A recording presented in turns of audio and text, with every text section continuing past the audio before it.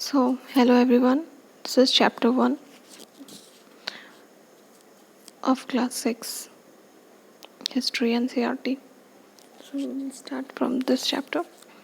अध्याय 1 कब, कहाँ और कैसे। राशिदा का सवाल। राशिदा बैठी अखबार पढ़ रही थी।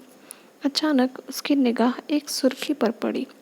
100 साल पहले वह सोचने लगी कि कोई कैसे जान सकता है कि इतने वर्षों पहले क्या हुआ था। कैसे पता लगाएं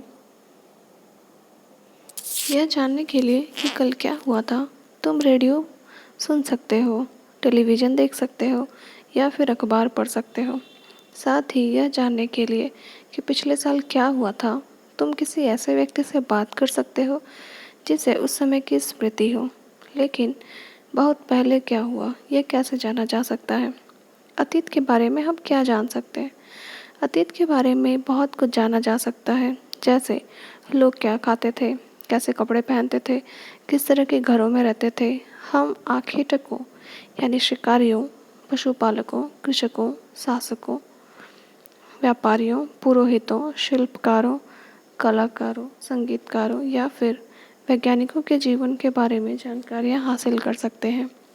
यही नहीं, हम यह भी पता कर सकते हैं कि उस समय बच्चे कौन से खेल खेलते थे, कौन सी कहानियाँ सुना करते थे, कौन से नाटक देखा करते थे या फिर कौन से गीत गाते थे। लोग कहाँ रहते थे। मानचित्र एक ये मानचित्र एक है। मानचित्र 1 पृष्ठ 2 में नर्मदा नदी का पता लगाओ। कई लाख वर्षों पहले से लोग इस नदी के तट पर रह रहे हैं। यहाँ रहने वाले आरंभिक लोगों में से कुछ कुशाग्र संग्राहक थे जो आसपास के जंगलों की विशाल संपदा से परिचित थे। अपने भोजन के लिए वे जड़ों, फलों तथा जंगल के अन्य उत्पादों का यहीं से संग्रह किया करते थे। वे जानवरों का आखेट यानी शिकार भी करते थे। अब तुम उत्तर पश्चिम की सुलेमान और किरथर पहाड़ी का पता लगाओ। ये रही नर्मदा नदी बीच में, और सुलेमान और किरथर पहाड़ी भारत के पश्चिम दिशा में।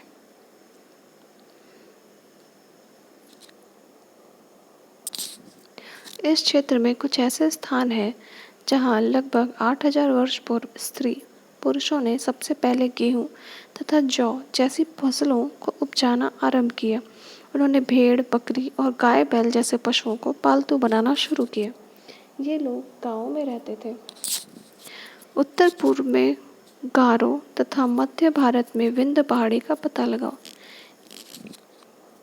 ये रही गारो पहाड़ी और विंध्य पहाड़ियाँ भारत के बीचों बीच।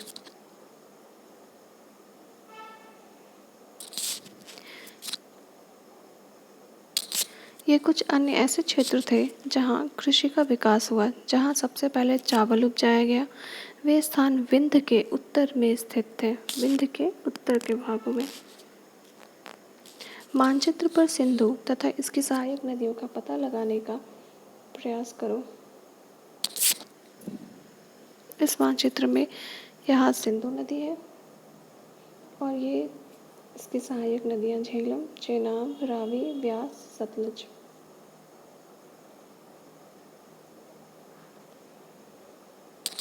सहायक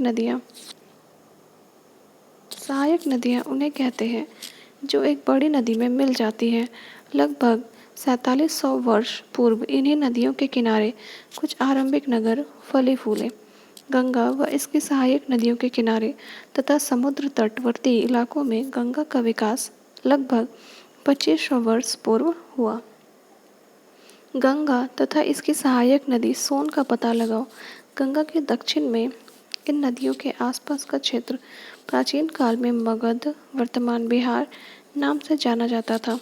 इसके शासक बहुत शक्तिशाली थे। उन्होंने एक विशाल राज्य स्थापित किया था। देश के अन्य हिस्सों में भी ऐसे राज्यों की स्थापना की गई थी। लोगों ने सदैव उपमहाद्वीप के एक हिस्से से दूसरे हिस्से तक यात्रा की। यह रही गंगा नदी और नीचे से जाते हुए सोन नदी।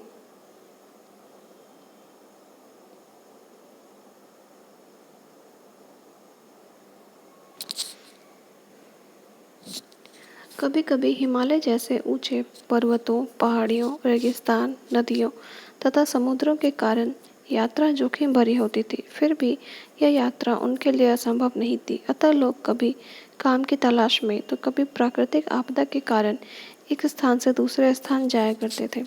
कभी कभी सेनाएं एक दूसरे क्षेत्रों पर विजय हासिल करने के लिए जाती थी। इसके अतिरिक्त व्यापारी कभी काफिले में तो कभी जहाज़ों में अपने साथ मूल्यवान वस्तुएं लेकर एक स्थान से दूसरे स्थान जाते रहते थे। धार्मिक गुरु लोगों को शिक्षा और सलाह देते हुए एक गांव से दूसरे गांव तथा एक कस्बे से दूसरे कस्बे जाया करते थे। कुछ लोग नए और रोचक स्थानों को खोजने की चाह में उत्सुकतावश भी यात्रा करते थे। इन सभी यात्राओं से लोगों को एक दूसरे के विचार को जानने का अवसर मिलता था। आज लोग यात्राएं क्यों करते हैं? एक बार फिर से मानचित्र एक देखो। पहाड़ियाँ, पर्वत और समुद्र इस महाद्वीप की प्राकृतिक सीमा का निर्माण करते हैं। ये रही उत्तर में पहाड़ियाँ, बीच में काफ़ी नदियाँ हैं और दक्षिण भारत के दक्षिण तरफ अरब सागर, पूर्व दक्षिण में हिंद महासागर, पश्चिम में अरब सागर, पूर्व में बंगाल की खाड़ी है।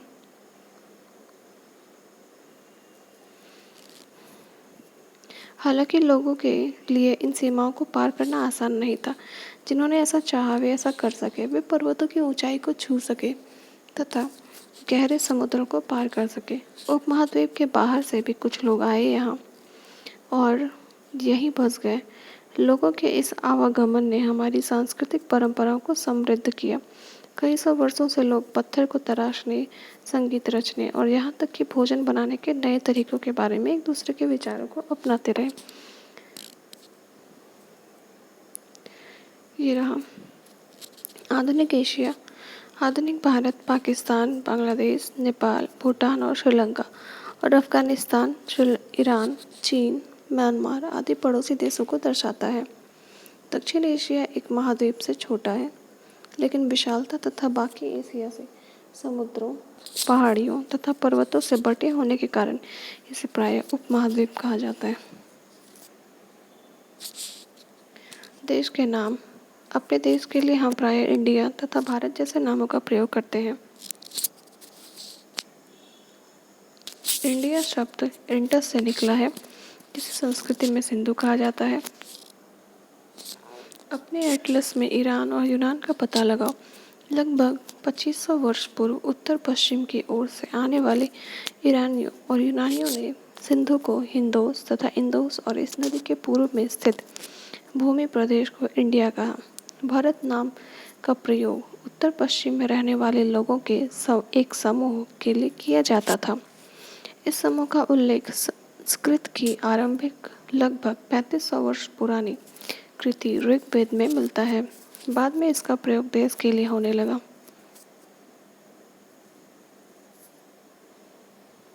अतीत के बारे में कैसे जानें? अतीत की जानकारी हमें कई तरीके से प्राप्त कर सकते हैं हम। इनमें से एक तरीका अतीत में लिखी गई पुस्तकों को ढूंढना और पढ़ना है। ये पुस्तकें हाथ से लिखी होने के कारण पांडुलिपि कही जाती है। अंग्रेजी में पांडुलिपि के लिए प्रयुक्त होने वाला मैन्युस्क्रिप्ट शब्द लैटिन शब्द मेन्यू, जिसका अर्थ हाथ है, से निकला है। ये पांडुलिपियाँ प्रायः ताड़पत्रों अथवा हिमालय क्षेत्र में उगने वाले भूर्ज नामक पेड़ की छाल से विशेष तरीके से तैयार भोजपत्र पर लिखी मिलती है। इतने वर्षों में इनमें से कई पांडुलिपियों को कीड़े ने खा लिया तथा कुछ नष्ट कर दी गई। फिर भी ऐसे कई पांडुलिपियाँ आज भी उपलब्ध हैं। प्रायः ये पांडुलिपियाँ मंदिरों और विहारों में प्राप्त होती हैं। इन पुस्तकों में धार्मिक मान्यताओं व व्यवहारों, राजाओं के जीवन, औषधियों, कल तथा विज्ञान आदि सभी प्रकार के विषयों की चर्चा मिलती है। इसके अतिरिक्त हमारे यहाँ महाकाव्य, कविताएं तथा नाटक भी हैं। इनमें से कई संस्कृत में लिखे हुए मिलते हैं। जबकि अन्य प्राकृत और तमिल में है। प्राकृत भाषा का प्रयोग आम लोग करते हैं। हम अभिलेखों का भी अध्ययन कर सकते हैं। ऐसे लेख पत्थर अथवा धातु जैसे अपेक्षाकृत कठोर सतहों पर उत्कीर्ण किए मिलते हैं। कभी कभी शासक अथवा अन्य लोग अपने आदेशों को इस तरह उत्कीर्ण करवाते थे ताकि लोग उन्हें देख सके, पढ़ सके तथा उनका पालन कर सके। कुछ अन्य प्रकार के अभिलेख भी मिलते हैं जिनमें राजाओं और रानियों सहित अन्य स्त्री पुरुषों ने भी अपने कार्यों के विवरण उत्कीर्ण करवाए हैं। उदाहरण के लिए प्रायः शासक लड़ाइयों में अर्जित विजयों का लेखा जोखा रखा करते थे। क्या तुम बता सकती हो कि कठोर सतह पर लेख लिखवाने के क्या लाभ थे? ऐसा करवाने में क्या कठिनाइयाँ आती थी? इसके अतिरिक्त अन्य कई वस्तुएं अतीत में बनी और प्रयोग में लाई जाती थी। ऐसे वस्तुओं का अध्ययन करने वाला व्यक्ति पुरातत्वविद कहलाता है। पुरातत्वविद पत्थर और ईंटों से बनी इमारतों के अवशेष, चित्रों तथा मूर्तियों का अध्ययन करते हैं। वे औजारों, हथियारों, बर्तन, आभूषणों तथा सिक्कों की प्राप्ति के लिए छानबीन तथा खुदाई भी करते हैं। इनमें से कुछ वस्तुएं पत्थर, पकी मिट्टी तथा कुछ धातु की बनी हो सकती हैं। ऐसे तत्व कठोर तथा जल्दी नष्ट न होने वाले होते हैं। ये बाएं एक प्राचीन नगर से प्राप्त पात्र है। इस तरह के पात्र का प्रयोग 4700 वर्ष पूर्व होता था। दाएं एक पुराना चांदी का सिक्का है। इस तरह के सिक्कों का प्रयोग लगभग 2500 वर्ष पूर्व होता था। हमारे द्वारा आज प्रयोग में आने वाले सिक्के से यह सिक्का कैसे भिन्न है, बताएं। लगभग 2250 वर्ष पूर्व 2250 वर्ष पुराना यह अभिलेख वर्तमान अफगानिस्तान के कांधार से प्राप्त हुआ है। यह अभिलेख अशोक नामक शासक के आदेश पर उत्कीर्ण कराया गया था। इस शासक के विषय में तुम अध्याय 8 में पढ़ोगी। जब हम कुछ लिखते हैं तब हम किसी लिपि का प्रयोग करते हैं। लिपियाँ अक्षरों अथवा संकेतों से बनी होती हैं। जब हम कुछ बोलते अथवा पढ़ते हैं तब हम एक भाषा का प्रयोग करते हैं। यह अभिलेख इस क्षेत्र में प्रयुक्त होने वाले यूनानी तथा अरेमाइक नामक दो भिन्न लिपियों तथा भाषाओं में है। आगे बढ़ते हैं। पुरातत्वविद जानवरों, चिड़ियों तथा मछलियों की हड्डियां भी ढूंढते हैं। इनमें से यह जानने में भी मदद मिलती है कि अतीत में लोग क्या खाते थे। वनस्पतियों के अवशेष बहुत मुश्किल से बच पाते हैं। यदि अन्न के दाने अथवा लकड़ी के टुकड़े जल जाते हैं तो वे जले हुए रूप में बचे रहते हैं। क्या पुरातत्वविदों को बहुधा कपड़ों के अवशेष मिलते होंगे? पांडुलिपियां, अभिलेखों तथा पुरातत्व से ज्ञात जानकारियों के लिए इतिहासकार प्रायः स्रोत शब्द का प्रयोग करते हैं। इतिहासकार उन्हें कहते हैं जो अतीत का अध्ययन करते हैं। स्रोत के प्राप्त होते ही अतीत के बारे में पढ़ना बहुत रोचक हो जाता है, क्योंकि इन स्रोतों की सहायता से हम धीरे धीरे अतीत का पुनर्निर्माण करते जाते हैं। अतः इतिहासकार तथा पुरातत्वविद उन जासूसों की तरह हैं जो इन सभी स्रोतों का प्रयोग सुराग के रूप में कर अतीत को जानने का प्रयास करते हैं। अतीत एक या अनेक। क्या तुमने इस पुस्तक के शीर्षक हमारे अतीत पर ध्यान दिया है? यहाँ अतीत शब्द का प्रयोग बहुवचन के रूप में किया गया है। ऐसा इस तथ्य की ओर ध्यान दिलाने के लिए किया गया है कि अलग अलग समूह के लोगों के लिए इस अतीत के अलग अलग मायने थे। उदाहरण के लिए पशुपालकों अथवा कृषकों का जीवन राजाओं तथा रानियों के जीवन से तथा व्यापारियों का जीवन शिल्पकारों के जीवन से भिन्न था, बहुत भिन्न था। जैसा कि हम आज भी देखते हैं, उस समय भी देश के अलग अलग हिस्सों में लोग अलग अलग व्यवहारों और रीति रिवाजों का पालन करते थे। उदाहरण के लिए आज अंडमान द्वीप के अधिकांश लोग अपना भोजन मछलियाँ पकड़कर, शिकार करके तथा फल फूल के संग्रह द्वारा प्राप्त करते हैं। इसके विपरीत शहरों में रहने वाले लोग खाद्य आपूर्ति के लिए अन्य व्यक्तियों पर निर्भर करते हैं। इस तरह के भेद अतीत में भी विद्यमान है। इसके अतिरिक्त एक अन्य तरह का भेद है, उस समय शासक अपनी विजयों का लेखा जोखा रखते थे। यही कारण है कि हम उन शासकों तथा उनके द्वारा लड़ी जाने वाली लड़ाइयों के बारे में काफ़ी कुछ जानते हैं, जैसे शिकारी, मछुआरे, संग्राहक, कृषक अथवा पशुपालक जैसे आम आदमी प्रायः अपने कार्यों का लेखा जोखा नहीं रखते थे। पुरातत्व की सहायता से हम उनके जीवन को जानने में मदद मिलती है।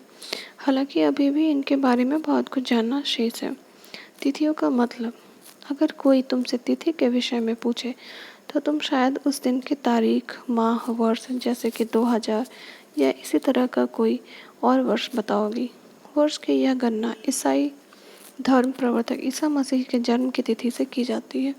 अतः 2000 वर्ष कहने का तात्पर्य है ईसा मसीह के जन्म के 2000 वर्ष के बाद से है।